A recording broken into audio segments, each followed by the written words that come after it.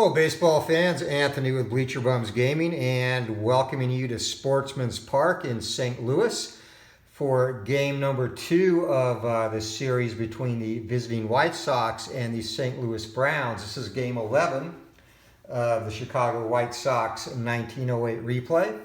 And in this game played on 4/25/1908, the White Sox behind Big Ed Walsh prevailed 6-2 in a sloppy affair as the teams combined for 21 hits and 10 errors, 6 of those by the Browns. So we'll see if we can replicate, hopefully we won't replicate that sloppiness. Ed Walsh picked up his second win, second out of 40 for the season in this game in real life. And in our replay, he's actually still looking for his first win. So we'll see if he can prevail and get that today. So your lineups for this game, leading off for the White Sox in left field, Patsy Doherty. In center, Fielder Jones. George Davis at second. John Anderson again in right. Freddie Perrant at short. Jiggs Donahue at first. Lee Tannehill at the hot corner. Billy Sullivan behind the plate. And as mentioned, Ed Walsh is on the hill. Walsh has a fatigue rating of 33 batters faced plus 8, which will be in addition. So that means he'll go through the Browns lineup, and we'll actually get to Hobie Ferris for the 4th time before he's tired. So for the Browns, leading off in right, Danny Hoffman, Charlie Jones in center, George Stone in left, Jimmy Williams at second, Hall of Famer Bobby Wallace at short, Hobie Ferris at third, Tom Jones at first, Tubby Spencer behind the plate, and on the mound for the Browns, Jack Powell, the right-hander, had a record of 16-13 with a 2.11 ERA in 1908 and a whip of 1, so he should be a formidable foe for Ed Walsh. His team can get him some support. And Powell, he has a rating of 31-8 for his fatigue, meaning he can get to John Anderson his 4th time through the lineup. So that said, again, using my modified replay charts, hopefully for ease of play, we're ready to get started. So Doherty up, and right off the bat, going to column 3, and that's going to be a total of 4. Fly ball to right field. Coming in to take care of that is Danny Hoffman, 1 down. Center fielder, Fielder Jones up. As we go to column 1, that's going to be 48, and 48 in column 1 is going to be a strikeout with the bases empty. So Powell gets his first K of the day. Fielder Jones back to the bench. George Davis, a batter. As we go to the power column, column 6, and that's going to be 32. And 32 will be a harmless pop fly to third. So 3 up, 3 down. Go to the visiting White Sox as Jack Powell takes care of business, and Ed Walsh on the mound for the White Sox facing Danny Hoffman. Here we go, column 6. And that is going to be,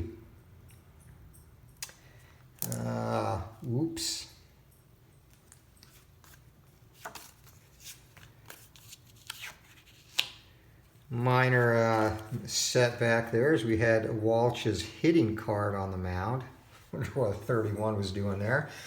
All right, let's try this again. So we're going to have a total of 8 in column 6, and that's going to be a single into left field. So Hoffman gets the game off good for the Browns, runner on first base, and that brings up Charlie Jones.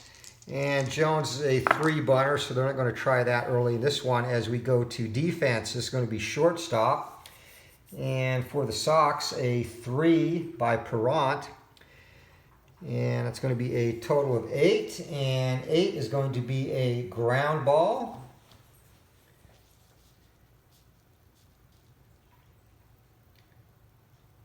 And infield is going to be halfway, my bad. It's going to be a fielder's choice. So erased 6-4 is Hoffman. And on at first base with 1 out is Charlie Jones. That brings up George Stone, the left-hander. Going again to column 6, and it's going to be a total of 32. That'll be another pop fly, and third baseman Tannehill takes care of that, 2 down. Cleanup hitter Jimmy Williams, the Browns' second bagger. He hit .236 in 1908. Kind of odd for a cleanup hitter. But this was, after all, 1908. And that is going to be a total of 58 in column 3. And 58 in column 3 is a potential rare play. And that is an odd roll. And it is indeed an odd roll. And we're going to use the Glory Days baseball rare play chart, a bit more extensive.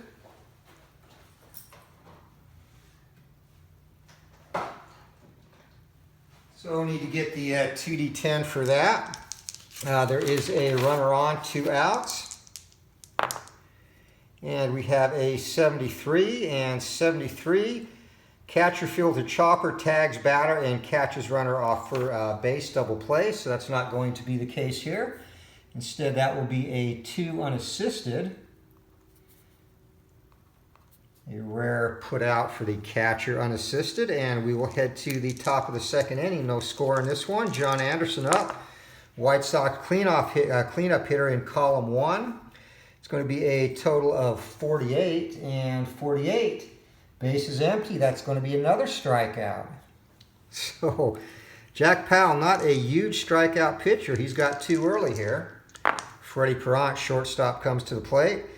And Perrant, and it's going to be a pop fly to third base, 2 down. So Powell pitching well as Jiggs Donahue, the White Sox first baseman, steps up. And our first fielding result for the Browns. And at first base for the Browns, Tom Jones is a 3. And so if 5 is going to be a total of 4, and that will be an easy 3-1 put out. And the Sox go down in order again. So we're heading to the bottom of the second inning. No score in this one, and Bobby Wallace, Hall of Fame shortstop for the Browns, set to lead it off against Walsh from the power column, and that is going to be yet another pop fly to third base. So both third basemen are busy early in this one as Hobie Fair steps in. And going to column 5, and that's going to be a total of 16. And 16 in column 5, that's going to be an infield single. And we are going to go to the potential wild pitch action chart. So Ferris on at first base.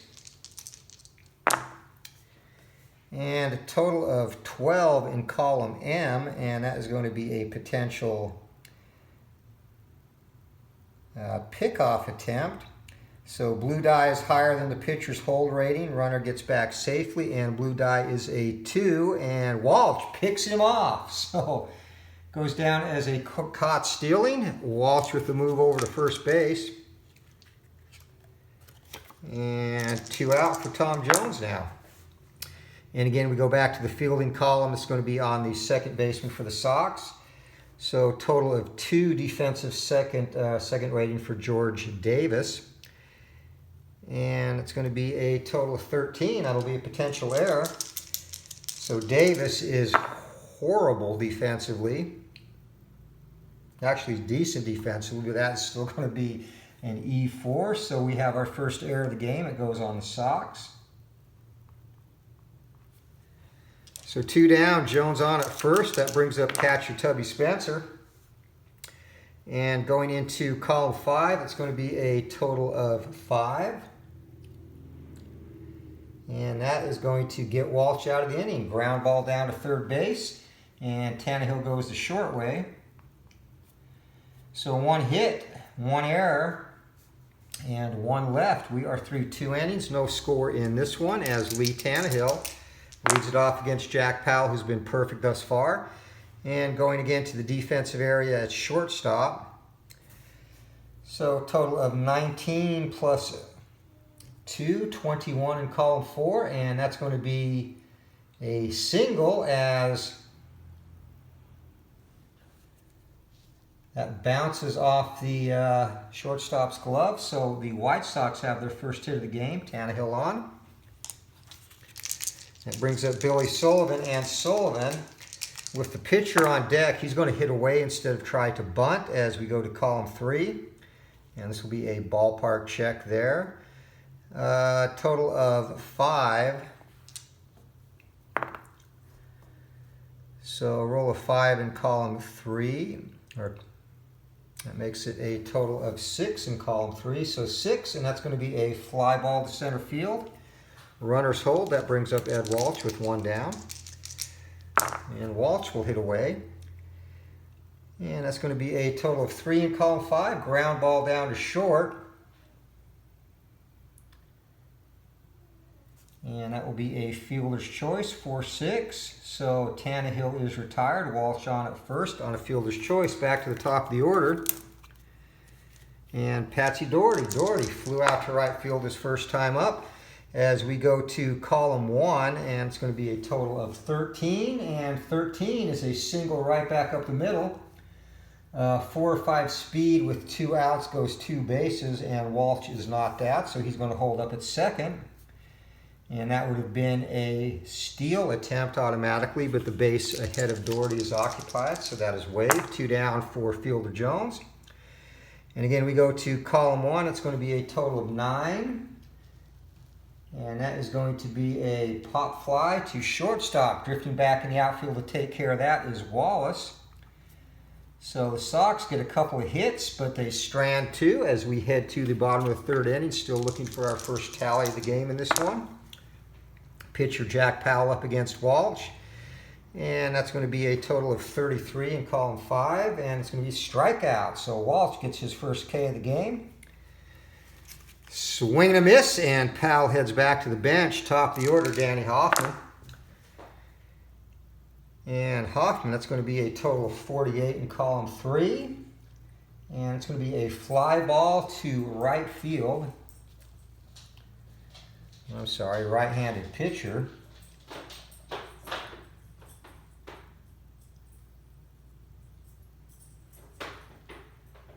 Right-handed pitcher, that's actually going to be a single to right field, so 1 down. And Hoffman is on at first. That brings up Charlie Jones. Walsh gets a sign, kicks, delivers, and total 4 in column 5. Ground ball down to shortstop, and it's going to be a fielder's choice. So 6-4, Hoffman retired. And Charlie Jones now on at first with 2 outs for the Browns. Brings up George Stone. And Stone, we go to column 3. And against the left-hander, that'll be a 34, and that's a double down the right field line, and runners advance 2 bases. A option to go 3, and Jones has a speed of 4. So he's going to go ahead and try it. Let's go.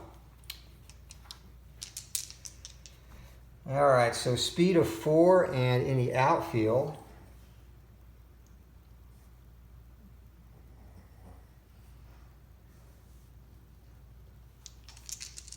All right, so it will be +1, and here we go.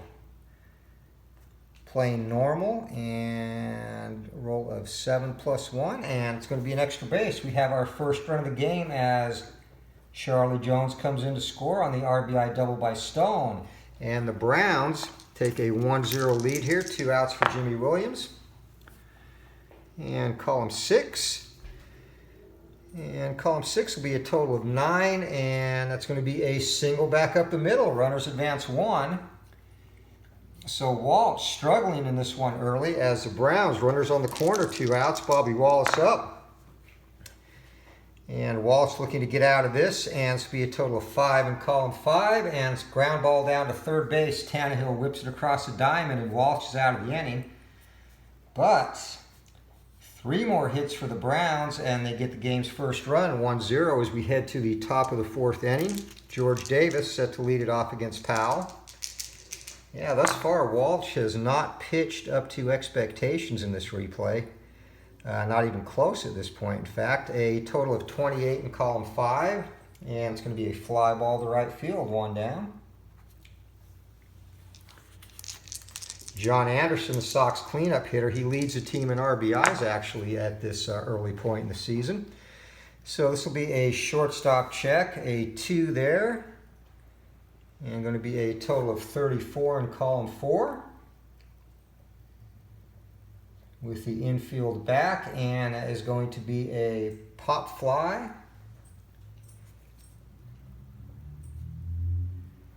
So F6 on that put out, 2 down now, and that brings up Freddie Perron. So the Sox got a couple of hits left last inning, and Powell has come out and shut them down. And it's going to be a total of 3 in column 4, and that will be a ground ball down to first, unassisted on the putout. So another 3 up, 3 down inning for Powell as we head to the bottom of the 4th inning. Browns up 1-0 in this one. And it's going to be a total of 58 in column 3. And another potential rare play. And it will be a rare play. So again, using the Glory Days Baseball rare play chart. Bases empty, 23. And fan interferes with a foul ball by grabbing the left fielder's glove. The batter is out. So as often was the case in those days, fans becoming part of the action. It was not uncommon at all during the dead ball era for fans to be down on the field with sections roped off due to ticket sales or the reserved seats in the bleachers and under the grandstands been full. So 1 down now, and that brings up Tom Jones going to column 6, and that is going to be a total of 34. And 34 is going to be a fly ball to center field, 2 down. So Walsh looking for his first 3 up, 3 down inning. We'll see if Tubby Spencer can thwart that. And going into column 5, a total of 5. And that's going to be a ground ball down to third base. So Tannehill takes care of that. And Walsh finally getting into the groove. 3 up, 3 down go the Browns. As we head to the 5th inning, 1-0, St. Louis on top. Jiggs Donahue leading it off against Powell. And it's going to be a total of 16 in column 2. And that is going to be a single into right field. So Donahue gets it done, and he is going to try and steal. He's got to be better than a 4 here to be safe. And 2, and Raymond comes up and guns him down. He's caught stealing. So leadoff single wasted. 1 down. Lee Tannehill the batter now. As we go to column 6, and it's going to be a total of 61 there. And that will be a double down the left field line, so that could have potentially brought home the tying run. If Donahue had not gotten picked off, Tannehill in with a stand-up double. Billy Sullivan the batter. 1 down, runner in scoring position. And again, we go to column 6. Total of 19 there. And 19, fly ball to right field. Runner will hold at second base. So Powell on the verge of pitching out of this jam here. And only if Donahue had held his water, we would have had a tie ball game on that fly ball out. So Ed Walsh the batter, and we go to column 2. It's going to be a total of 55, and we'll have to go to the park. 58, sorry, for a new raised number. And 5 in column 2, raised number is 4. So 58, if defensive higher than a raised number, out, otherwise single plus 2, and that is not going to be the case. So the Sox come home to score. As Walsh helps his own cause, a 2-out single brings home Lee Tannehill with their first run of the game. And we are tied at 1, back to the top of the order. Walsh at first, Patsy Doherty the batter. Lefty-righty matchup in column 5. And that's going to be a total of 12 there. 12 in column 5 is going to be hit by pitch. And hit by pitch with 2 asterisks. So there, runner automatically steals safely if the next base is open. That's not going to be the case. So Doherty is going to hold, and down to second goes Walsh. So 2 down, and Powell starting to falter just a little bit for the Brownies. As we get a total of 22 in column 6, and that's going to be a single to left field. Runners plus 2. Batter may try for second base. 1d6 against his speed. And fielder Jones is a 4. He's going to go for it. Already got the run in. And Jones is safe. So down to third base goes Doherty. Walsh comes in to score, and the Sox have taken the lead.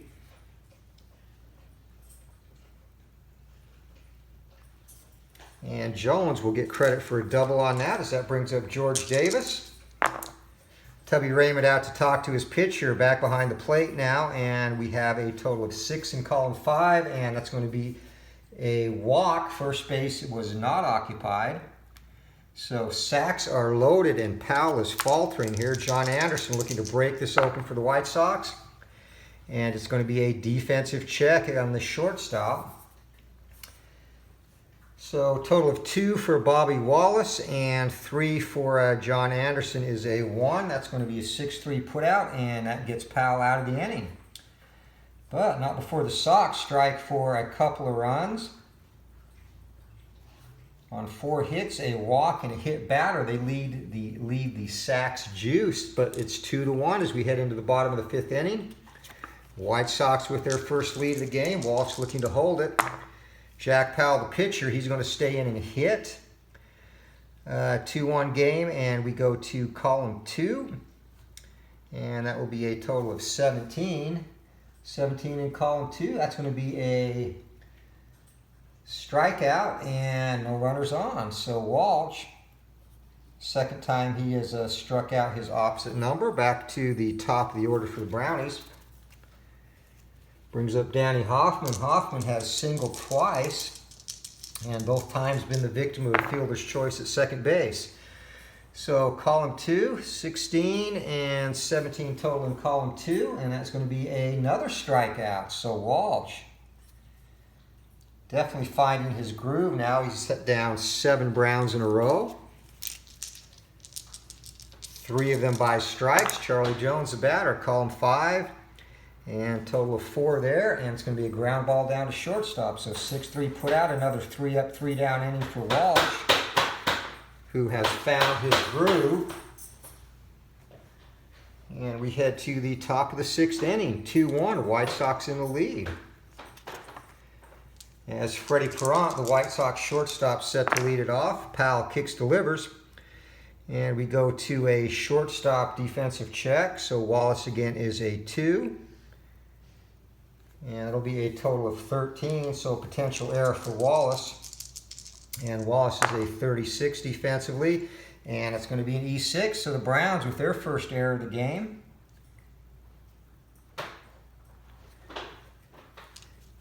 And Perrant starts things off good for the Sox here in the top of the 6th inning. Jiggs Donahue, the batter. Column 5, and it's going to be a total of 35 in column 5, and struck him out. So Powell comes up big again. And as mentioned, not a huge strikeout pitcher, but he has 4 of them now in this game. Lee Tannehill, the batter.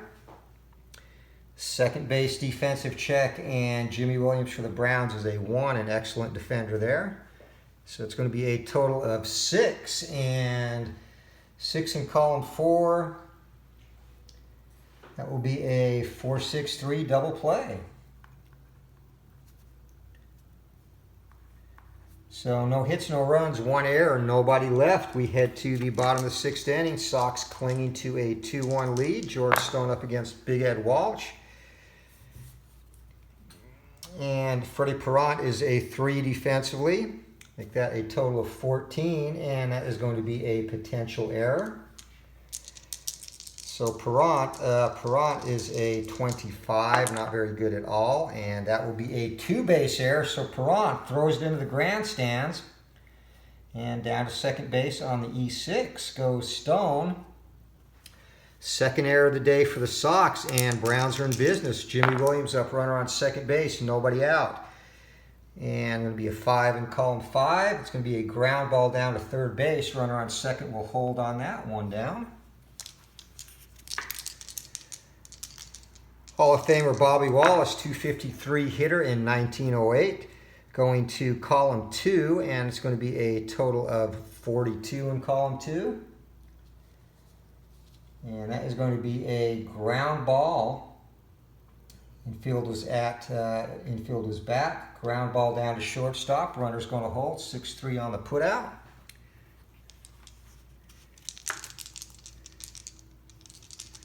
So 2 outs for Hobie Ferris, and column 1 is going to be the result. Total of 46, and Ferris Runner on, it's going to be a ground ball back to the pitcher. So 1-3 on the put out there, and side is retired. So the leadoff error does not hurt Walsh of the Sox. We're through 6 innings, 2-1. Chicago in the lead. And stay tuned for a special giveaway announcement for Glory Days Boxing during the 7th inning stretch, as we will incorporate that into this game. Column 1 for Billy Sullivan leading off, and going to be a total of 2. 2 for a total of 5 total, and that will be a strikeout. So Pal having a very good game in terms of strikeouts as his counterpart Ed Walsh comes up. And column 3, it's going to be a total of 30 in column 3, and Walsh, who drove in a run to help himself, is going to fly out to left field this time. 2 down, back to the top of the order. Patsy Doherty up, and the speedy left fielder digs in. Here comes the pitch. And that will be a 58. And we'll get a new raised number on the ball chart, or ballpark chart. 2 is the raised number, and 58. A fly ball to center field, and in center field for the Brownies with a defensive rating of 3. Charlie Jones is able to make the play, so 3 up, 3 down. And we head to the 7th inning stretch. White Sox 2, St. Louis 1. So what I decided to do for Glory Days Boxing, if you have the game and have not yet ordered the lightweight set, we are going to do a free giveaway. Well, I guess all giveaways are free. We're going to do a giveaway with a chance to win a free lightweight set for that game. And that will be done tomorrow. We're going to do fight number 2 of Stanley Ketchell's career replay. So if you are interested, if you have the game Glory Days Boxing, I'm also going to put this on the Facebook page. But if you happen to watch this video, just leave a comment here and say you would like to get in the drawing for a free lightweight set. And I'll also, like I said, post that on the Facebook page and on the Sideline Strategy forums on the Delphi forums. So, bottom of the 7th inning, Tom Jones facing Ed Walsh, and we start off in column 3, and that's going to be a total of 59 in column 3. And 59, another potential rare play. And again, a rare play, so that's 3 times. Nobody on, so again, going to the Glory Days Baseball rare play chart. 21, and again the fan gets involved in play, this time to right field, and that's all the way back to the wall, and it is going to be in play, and the umpire is going to award a home run. So wow, just like that, Tom Jones has tied this ball game up with a home run, and the White Sox players and manager are furious. They argue that the fan interfered with his ability to catch the ball out in right field, meaning right fielder John Anderson, but to no avail. Call's going to stand. We're tied at 2, so nobody out here in the 7th inning. Tubby Spencer up. As we go to column 6, it's going to be a pop fly to the third baseman, 1 down. So Powell at this point, he has not reached his point of fatigue, so with the game tied, they're going to let him hit. And of course, very common during the dead ball days to let pitchers go. And that's going to be a single, infield single, check third baseman for an error. So at third base for the Sox, Tannehill. And Tannehill is a 24, and he's not going to make the error, but still, Powell has led off got the Browns in position again with a 1-out single here in the 7th inning. And back to the top of the order, Danny Hoffman. And we're going to play a little hit and run with Hoffman. So here we go. Total of 4. And that is going to be a ground ball down to first base, and runner's going to move up. So going to second is Powell. 3-1 put out for Hoffman, and the Browns with 2 outs have a runner in scoring position. Charlie Jones, the batter, has a chance to give them the lead. 6 is all the way around, and that is a 62, and that is a double, and Browns are going to take the lead, and just like that, lightning has struck here in the 7th inning. So coming in to score is Jack Powell, and Walsh is furious on the hill, still seething over that home run that was given to Tom Jones. And the Browns now up 3-2, and Walsh in danger of losing his 2nd game of this young 1908 season. George Stone's going to be the batter, and again, Walsh can go to Hobie Ferris for the 4th time, so he's still fresh. And going to column 5, a 30, and that's going to be a fly ball to center field, and that'll do it. But 3 hits, 2 runs, a very controversial home run being one of them for the Brownies. And after 7, they have stormed back in front of the White Sox 3-2. Jack Powell out to face Fielder Jones. And column 3 for Jones will be a 49. And a fly ball to, a right-handed pitcher. That's actually going to be a single. So Fielder Jones starts off the 8th inning with a single. And when Powell gets to John Anderson in this inning, he'll be at his point of weakness. So we have column 3 and a total of 15 there. Going to be a line drive to second base, and reaching up to snag that is Jimmy Williams. Getting back to the bag hurriedly is Jones ahead of the throw. 1 down, runner on first base for John Anderson. As we go to column 1, going to be a total of 9 there. That'll be a pop fly to shortstop, and circling back into the outfield to take that is Wallace. So 2 down, and that brings up Freddie Perrant, and the shortstop, who has had a rough day in the field, has a chance to redeem himself here at the dish. And again, 6 is all the way around, 29 in column 6, and that is going to be a single plus 2. So 1st and 3rd.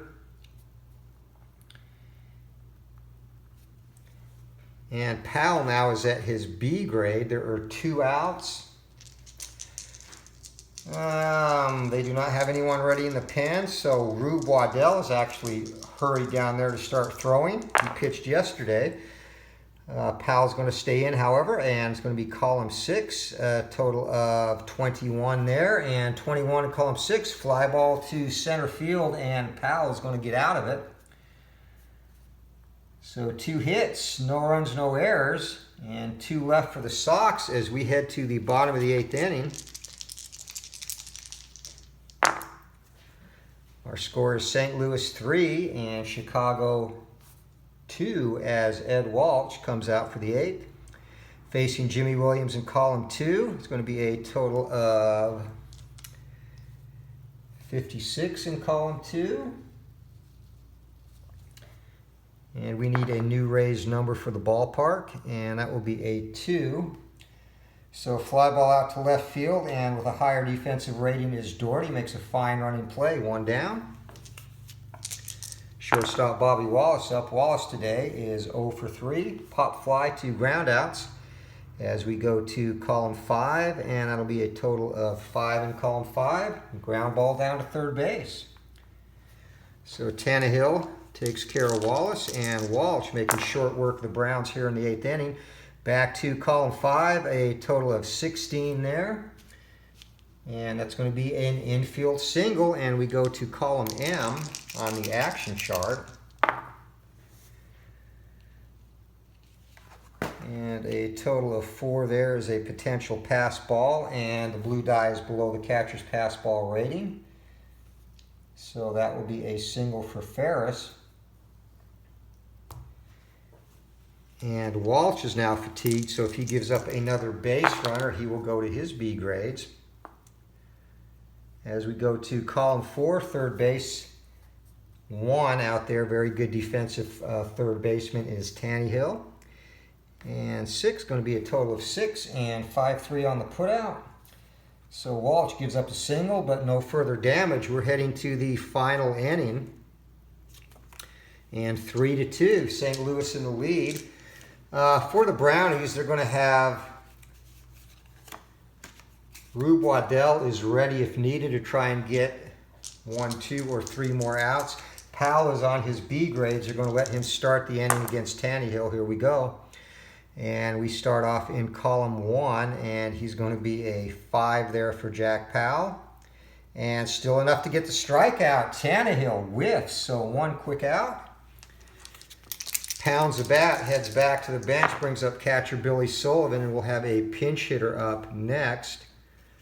Ed Hahn is loosening up to hit for Ed Walsh in the on-deck circle. So here we go, column 2. And it's going to be a total of 18 in column 2. And 18 in column 2. Fly ball to center field, so 2 quick outs.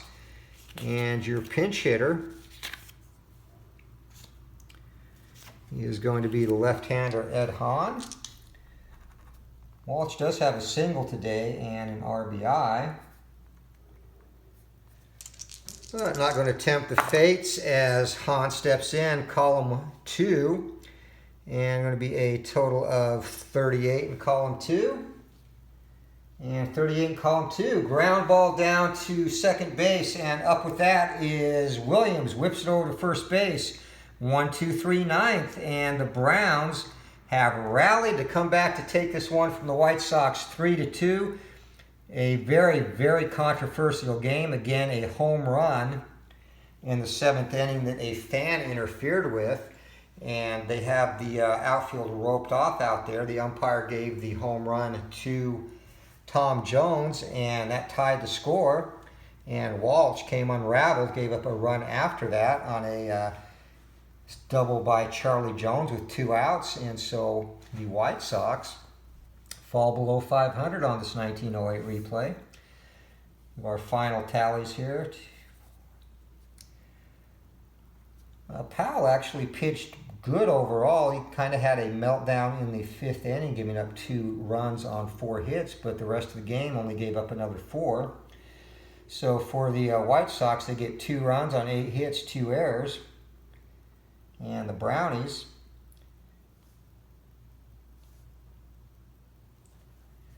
three runs on 9 hits and 1 error. Ed Walsh is your losing pitcher, and Jack Powell goes the distance to get the win. So Powell, he goes the 9.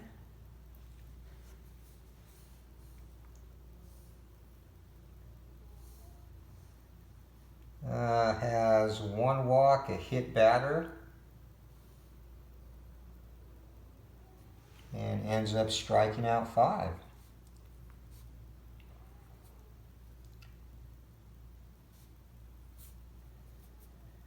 Walsh is going to end up going 8 innings. He'll get credit for a complete game, but 9 hits, another somewhat shabby outing, gives up 3 runs, all earned.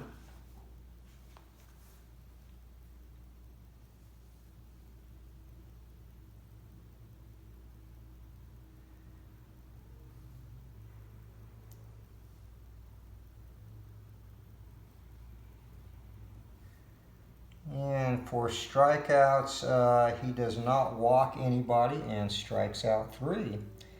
And again, gives up that costly home run. So that's going to do it from St. Louis. Player of the game, Jack Powell pitched a pretty gutsy game, also scored the winning run. And I think that is going to be enough to give him player of the game. So 1 for 3 at the dish with the winning run scored, and a complete game 8-hitter, scatters 8 hits, gives up 2 runs to get the victory. So again, your final score from Sportsman's Park here in St. Louis, the St. Louis Browns 3 and Chicago White Sox 2. And again, if you have Glory Days Boxing and would like a chance to win a free lightweight set if you do not have it, drop your name in the comments. And I'll also, again, put that up on the Sideline Strategy forum page as well as the Facebook page. So as always, thank you very much for watching. Appreciate the channel support as well as support of Glory Days Boxing and all the other projects here. Until next time, keep rolling for the fences. Hope everyone has a great weekend. We'll see you.